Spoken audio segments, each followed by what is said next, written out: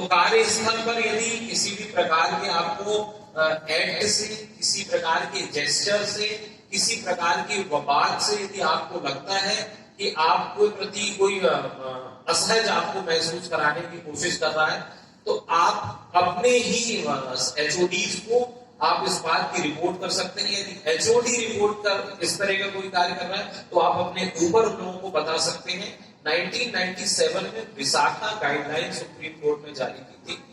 इसके तहत एक कमेटी इंटरनली बनाई जाती है।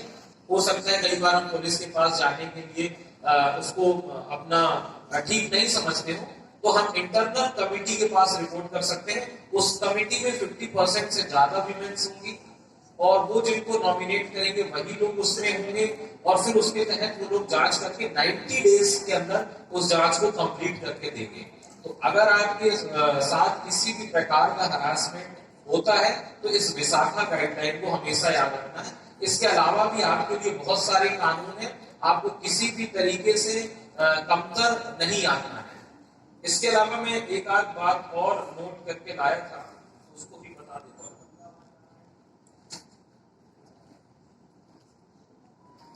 हाँ, एक मैं इस बात को थोड़ा सा ये जरूर समझता हूं कि हमारे यहाँ अभी भी पुस्तकों में महिलाओं का जो योगदान है अपेक्षाकृत कम बताया जाता है। ऐसे में बहुत सारे लोगों के लिए बता सकता हूं जो सिर्फ और सिर्फ सरस्वती स्कूलों में पढ़ाया जाता है उन महिलाओं के बारे में।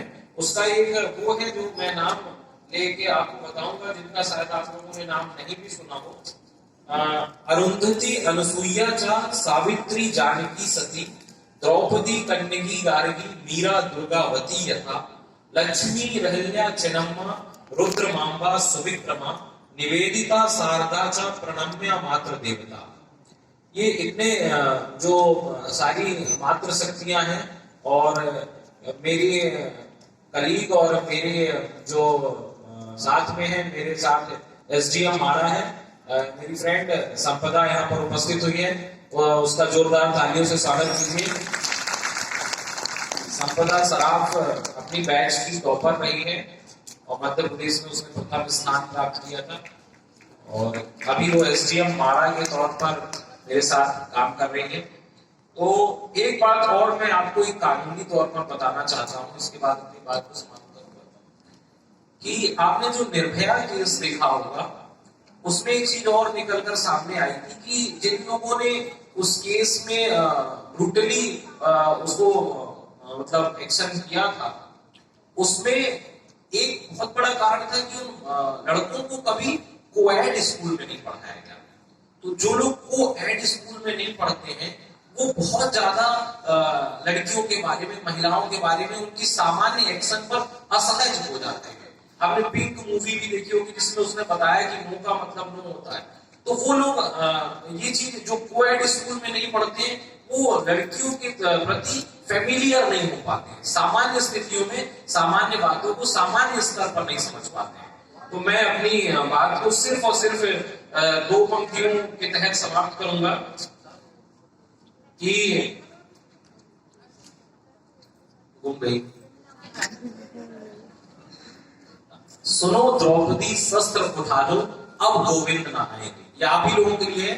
सुनो द्रौपदी शस्त्र उठा लो अब गोविंद न आएंगे, छोड़ो मेहंदी खड़ग संभालो, खुद ही अपना चीर बचा लो। दूध बिठाए बैठे सगुनी, दूध बिछाए बैठे सगुनी, मस्तक सब बिक जाएंगे।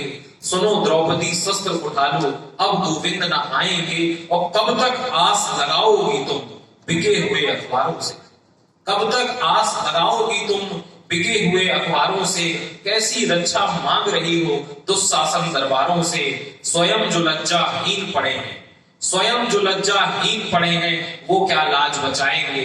सुनो द्रौपदी शस्त्र उठा लो अब गोविंद न आएंगे। Thank you.